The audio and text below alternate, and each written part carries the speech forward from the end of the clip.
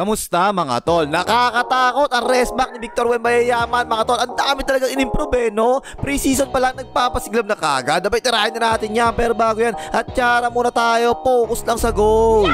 Okay game, 5 pre-season games naglaro lahat si Wembanyama mga tol Laban sa mga Chinese, mamamood talaga 9 points, 10 rebounds, 7 assists, 3 blocks, 6 turnovers sa 16 minutes lang sa loob. Hayop no? Laban naman sa Miami, 10 points, 4 rebounds, 5 assists, 1 steal, 2 blocks, 5 turnovers naman sa 22 minutes sa loob.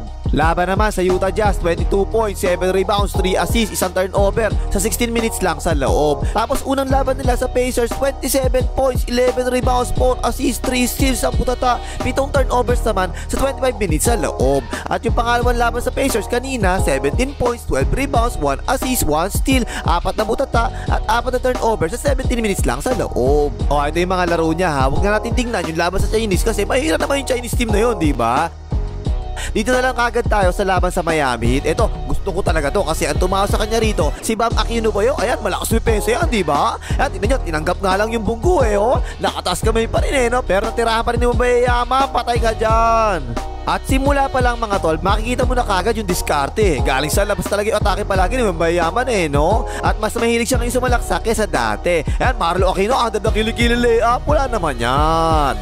O, ito pa isa, pumoste naman siya rito kasi napaswitch yung bantay no? Kaya pinostihan niya Si Jovic Soto ngayon babatay sa kanya, medyo matangkad pa rin yan ha. Pero kahit na nakataas pa yung kamay, hindi pa rin talaga matakpan yung mukha nakatira pa rin no? Naawa pa nga yan. Yan mga tol, yan yung sinasabi ko dati pa, di ba? Dapat talaga mas pumoste palagi si Wembanyama kasi nga laki-laki niya At ayan na nga, every time mapapasit yung bantay, poste kagad yung ginagawa niya ngayon ha. Tingnan nyo, sobrang laki talaga ng mismatch Isang pihit lang sa poste, dak-dak na kagad, hype na yan.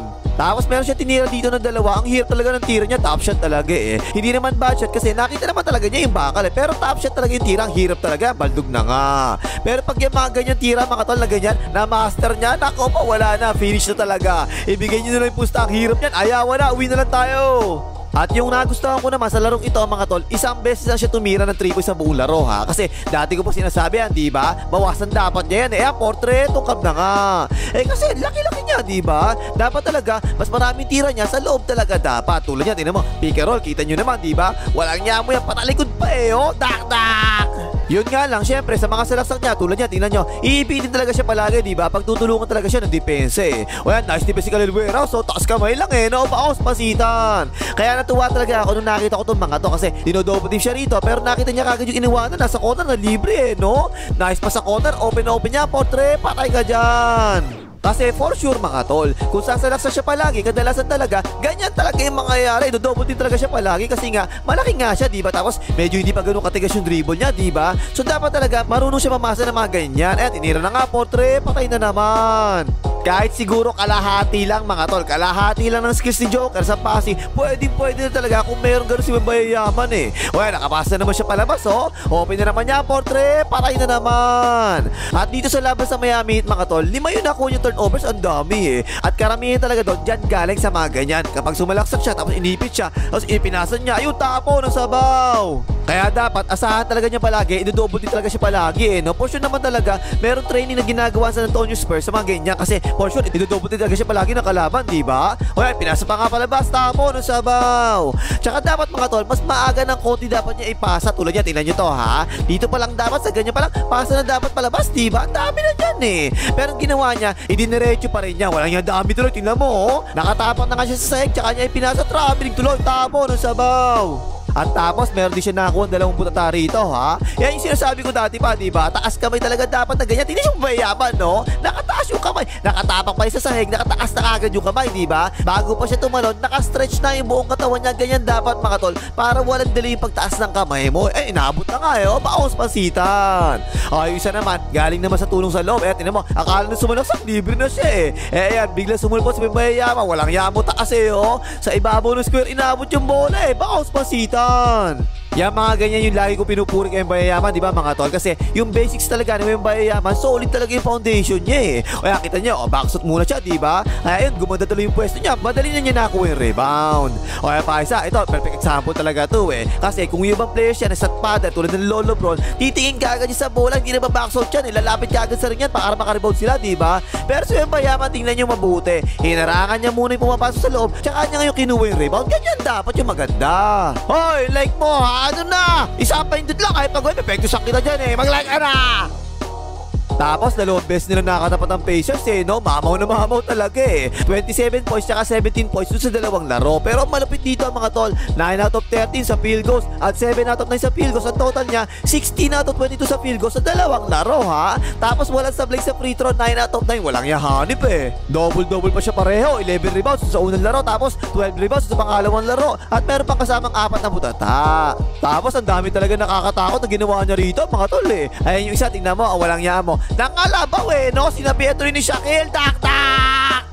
Ito pa isa, tinan nyo mabuti ha. Galing sa free throw to mga tol. Si J-Half the Magic Dragon yung kabaksot niya, malaki yan, 7-footer din yan eh. Pero tingnan nyo naitulak lang ng Wembayayaman. Tingnan nyo kasi mabuti mga tol, kung paano nyo gamitin yung mga paa niya na pantukod para makatulak siya. Okay talaga yung pwesto eh, no? O na nga, nakalapit tuloy siya sa ring, konting talon lang, tak-tak! Nakakalabaw mga tol eh, no? Yan yung gusto ko talaga matutunan niya eh. Sa laki mo kasing yan, basta makalapit ka lang sa ring, dapat talaga makitaas mo lang yung bola, makakatira ka lang dapat palagi. Kanya nice naman. Yan, gustong-gusto ko yung mga ganyan mga tol. Kahit nagaling sa mga offensive rebounds, wag na wag niyo ibababa yung bola ha. Tulad niya, tinan niya, pagka-rebound ni Wembayayaman, binababa niya yung bola. Hindi! Nasa taas yung bola para hindi masundot sa kanya sa baba. Ganyan dapat mga tol. Kaya sinubo na nga lang sa ring. Nice naman. Basta malapit ka sa ring, isuubo mo na o kaya indaktak mo na. Laki-laki mo eh. Wag na wag ka titira ng malamya kasi nga lamang na lamang ka talaga sa tangkad eh. O yan, tinan mo, ang ganda pa ng cut niya eh. Pakabila yung cut niya eh, no? Napasaan na nga sa ganyan yan. Nice, daktak! Ito pa isa, one-on-one naman yung atake niya rito ha. Tinan niyo galaw mga tol, no? Galaw na shooting guard yan eh, no? Step 3 yung ginawa niya dyan. Ayan mga tol, wag na wag yung gagayahin sa atin yan. Tatawa ka kayo traveling sa atin dyan ha. Pero yung ganyan sa NBA pwede yan. O yan, wakali pa nga, hype na yan. Humihingi pa nga ng foul eh, no? Ito pa isa, sumalaksak siya dyan ha. Pero nabarahan siya, kaliwa yung pivot put niya eh, oh. Again mga tol, step through sa NBA pwede yan. Pero dito sa atin, wag na wag mong gagawin yan. Walang yamo laki ng hakbang eh, no? Nakalayo pa nga.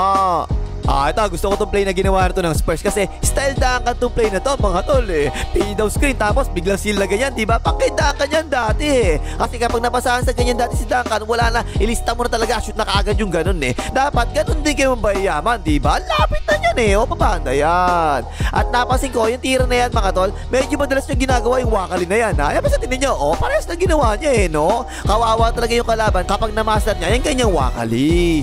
Ito, maganda to mga tol kasi dito, in-screen na siya tapos nag-show defense yung ginawa sa depensa ha. Pero kita nyo ang ginawa niya, parang alam talaga niya, ay alis naman tong depensa na to eh. Kasi nga, show defense to eh. Kaya ginawa niya, tinuloy pa rin niya yung dribble at nag-isolation na lang siya. Okay eh, no? At ito, tingnan niyo mabuti ha. Okay talaga to kasi, saan niya itinira yan? Alapit lang eh, no? Hindi long shot eh, no? Sa sobrang tangkad niya, tsaka sobrang taas ng release niya, imposible talaga mabuto siya sa ganyan. Kita-kita yung bakal eh, patay ka dyan.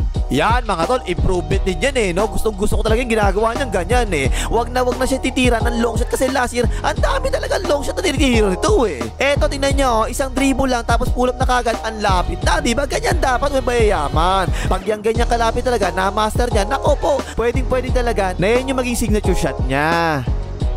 At yung isa pang maganda mga tol, talaga kapag pa-alley-oop, wala na talaga eh, no? Kahit anong angulo pa, tingnan nyo yan mga tol, no? Hindi naman talaga maganda yung angle ng pase eh, no? Pero tingnan nyo, nakidakdak pa rin hayop eh, dakdak! Basta alerto lang siya palagi sa alley-oop eh, no? Tapos, taasan lang palagi yung pase sa kanya. Puro highlight talaga makikita natin kapag ganyan. Ay, alley-oop, dakdak! Meron pa nga pagkakataon, tingnan nyo, ayan no? Dahil malapit na siya sa ring, natabik niya yung bola, ginawa niya, sinubukan niya ibalik ka agad sa ring, ayos eh, no? Dapat ganyan, Wembayayaman palagi ha, gusto ko yung ganyan ha, very good yung ganyan.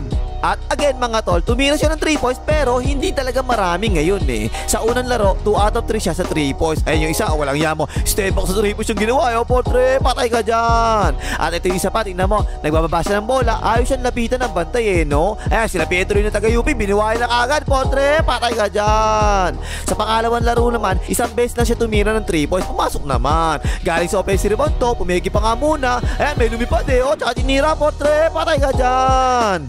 At as usual sa depensa, sobrang solid talaga. 3 steals yung nagawa niya sa unang laro laban sa Pacers. Eh yung isa, tinan niya, walang yamo. Inaliyo pero ginawa ng Bayaman. Inago sa ibabaw yung alip-alip no? At tapos 4 blocks naman yung ginawa niya sa second game. Eh isa, tinan mo, trap coverage siya dyan, diba? Tinaas niya yung dalawang kamay niya. Tapos sabi niya, ay, kanan na lang siguro. Pagod na yung kaliwa ko eh. Baos pasitan. At yung 3 pambutatan niya, galing naman lahat self-defense. Akala, libre na. Tingnan mo, inilayap pa naman. Baos pasitan. So ayun mga tol, no? Mukhang lalo nag-improve si Wembanyama talaga, diba? Unang-una, yung shot selection talaga niya gumanda talaga eh. Last year, sinasabi ko kasi, diba? Sobrang dami naman tumira ng 3 points si Wembanyama. Dapat siguro bawasan niya ng konti kasi mataas talaga yung percentage niya sa loob. Pero tira siya ng 3 points, hindi dapat ganun eh. At ganun nga, sa 5 laro sa preseason, ganun nga yung ginawa niya eh, no? Konti na lang. Sa 5 laro, 10 3 points lang yung tinira niya. Okay na yung mga ganyan, 2 attempts per game. Tapos mas masalaksak na rin siya ngayon eh, no? Mukhang yan talaga yung balak na Spurs sa kanya eh. Pero meron mga pagkakataon din nakita natin, pupost na siya ngayon. So okay na rin yun. Kailangan lang talaga mabawasan niya yung mga turnovers niya. Yung total niya sa 5 laro ha, 23 turnovers, ang dami eh. Kasi nga, dinodouble din siya palagi kapag sumasalaksak siya, diba? So kailangan, mas maaga niya ipasa yung bola palabas kapag meron double team na dumadating. Pero tingin ko mga tol ha, mas nakakatakot talaga si Wembanyama this season, lal na kapag na-master niya yung mga biglang pulat sa malapit sa ring. Naku po, hirap bantayan nung ganon. At hindi ako magtataka mga tol kung maging candidate to for MVP at the same time Defensive Player of the Year pa this season. Hayop mamaw talaga eh. Sabi nga sa kanta ni Daniel Padilla, diba? Nasa'yo na ang lahat. O ano pang himagas, malike, mga hita ni Palitong Chet.